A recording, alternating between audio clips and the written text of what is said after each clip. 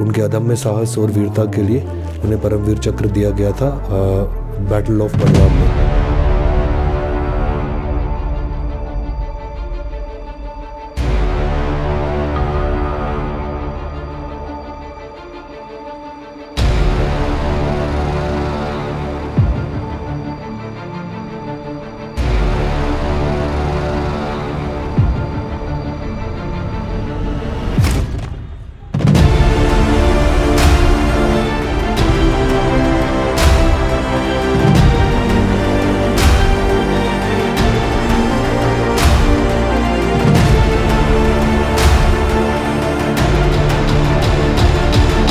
Hi guys, welcome back to my YouTube channel. I hope आप सब लोग ठीक होंगे। मेरी तबीयत थोड़ी डाउन है क्योंकि लास्ट व्लॉग में काफ़ी भीगा था बारिश में, तो उसकी वजह से थोड़ी तबीयत डाउन है, गला ख़राब है।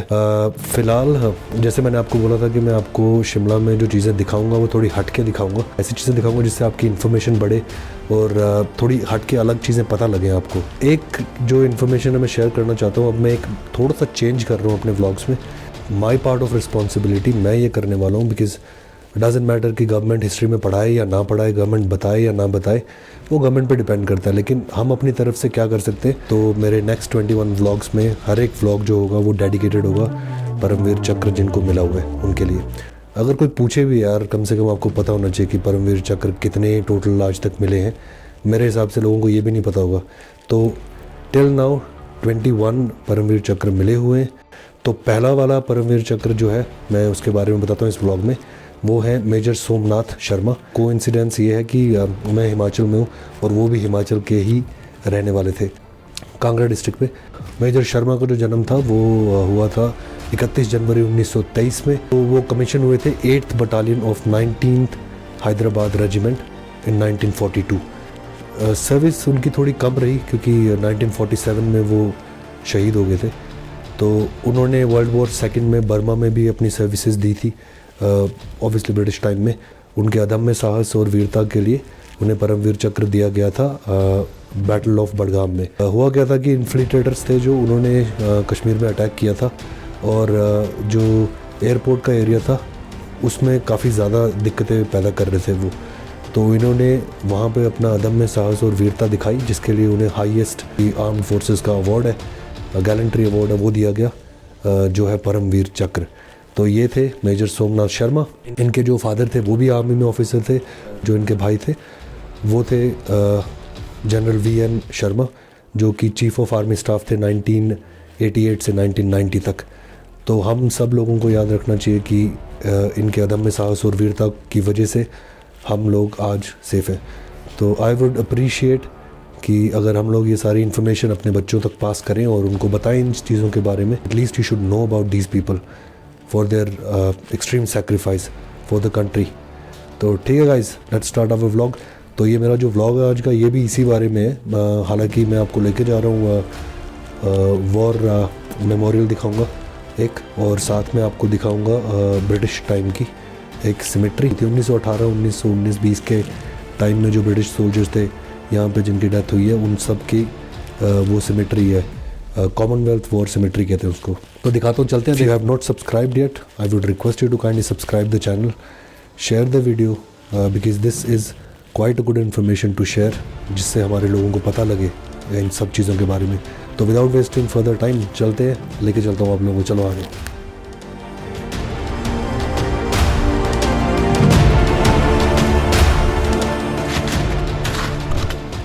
तो भाई ये जो रास्ता है ये है ऑलमोस्ट 25 से 30 किलोमीटर शिमला से जो डिस्टेंस है इसका। हालांकि स्नोफॉल होने के बाद जो रास्ता है ये पूरा ख़राब हो जाता है, इस पर चलना बहुत ही मुश्किल हो जाता है। आपको दिखाई दे ही रहा होगा देख के, बहुत ही संकरा सा रास्ता है और इतना ज़्यादा कुछ बड़ा नहीं है ये। तो बहुत संभल के आना होता है, खासकर जब आप ढलान पे जा रहे हो या चढ़ाई पे आ रहे हो, दोनों टाइम पे आपको संभल के आना होता है, क्योंकि स्किट बहुत करते हैं और गलती से स्किट किए तो जाओगे सीधा नीचे, तो फिर आपका भी एक मेमोरियल बनेगा। इसीलिए थोड़ा संभल के जाना पड़ेगा।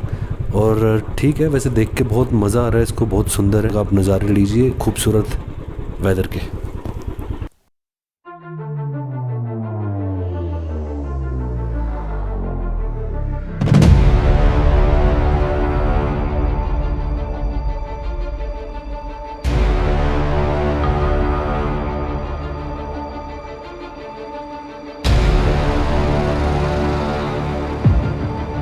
तो वैसे ये है व्यू सिमेट्री का। पहुंच गए अभी हम यहाँ पे। आपको अंदर से दिखाऊंगा इसको अच्छे से और सब कुछ बताऊंगा ताकि आपको देख के समझ आए कि ये मतलब कितनी एंशिएंट है और कैसे इसको रखा गया हुआ है।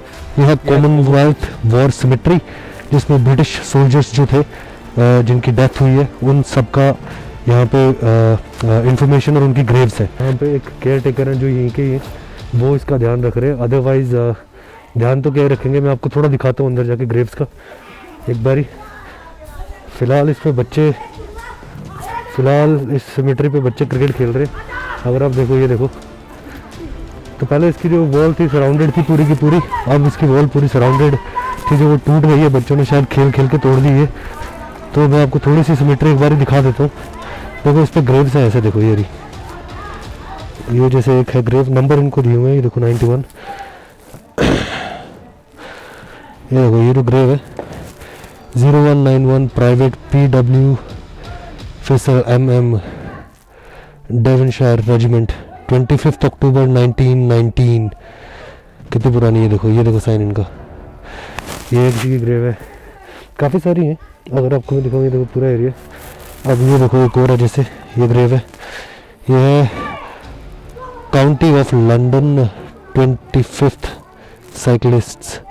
ये है private FH white London cyclist battalion 25 अक्टूबर, कितना लिखा है 1918। इनकी एज थी 20 साल, 20 साल की उम्र में डेथ हो गई हुई है। अब आगे बढ़ के देखेंगे तो ये भी एक, ये देखो लंदन रेजिमेंट का।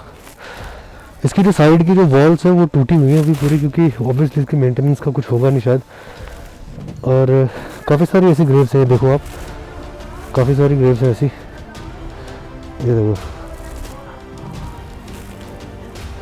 Egypt AV Fallen served as 25639 LCPL Corporal AV Forthing Essex Regiment 13th September 1916 age 40 years। ये भी है। और ये देखो 5000 rifleman G Donnelly the rifle brigade 28 October 1980 age 39। तो ये सारे इधर ही दफनाए हुए हैं इनको, यहीं पे इनकी ग्रेव्स बना दी हैं सारी।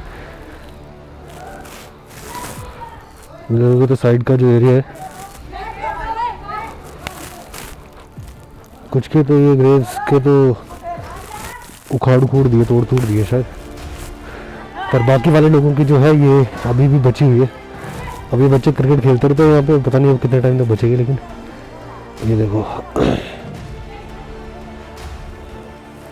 3rd ड्रैगन गार्ड्स 7 सितंबर 1920 एज 34।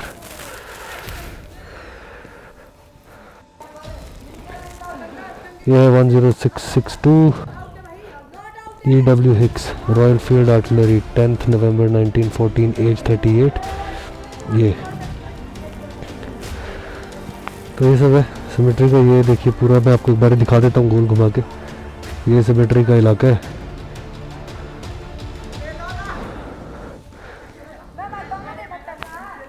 ऐसा इसकी वॉल बाउंड्री जो है वो टूट चुकी है पूरी की पूरी।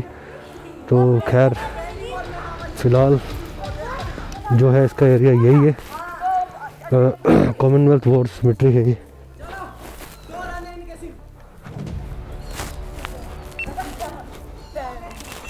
ओके गाइस, तो ये थी कॉमनवेल्थ वॉर ग्रेव्स, मैंने अंदर से दिखाई आपको। अभी आपको थोड़े सीन दिखाता हूँ यहाँ के कि कैसा मौसम है यहाँ पे, एक बार दिखाता हूँ। चलो आ जाओ।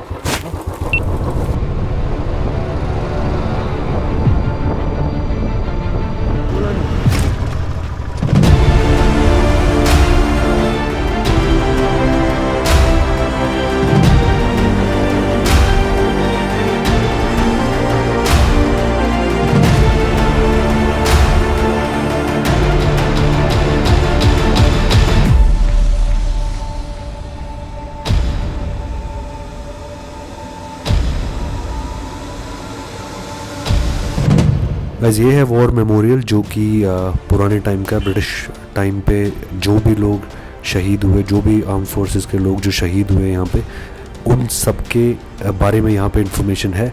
अगर आप देखोगे ये थोड़ा सा यूनिक है बाकी वालों में से, क्योंकि यूजुअली वॉर मेमोरियल पे जो नाम होता है वो एक लैंग्वेज में होता है, पर इस वाले मेमोरियल पे जो नाम है वो हिंदी, इंग्लिश और उर्दू तीनों लैंग्वेजेस में है नाम। तो ये थोड़ा सा इसको यूनिक बनाता है। और जैसे कि मैंने बोला कि हमें अपने मार्टर्स को हमेशा याद रखना चाहिए, और क्योंकि उनके बलिदान और उनकी वीरता की वजह से ही आज हम लोग सेफ़ हैं और सिक्योर्ड हैं। आज वापस आते आते काफ़ी लेट हो गया था, तो अभी अंधेरा है, लेकिन अभी इस टाइम पे स्नोफॉल होना शुरू हो गया, काफ़ी मुश्किल हुई वापस आने में। तो इसी के साथ आज का व्लॉग करता हूँ यहीं पे ख़त्म। अगर आपको पसंद आया तो please subscribe the channel, and I thank you so much for watching. Stay safe, stay healthy. जय हिंद।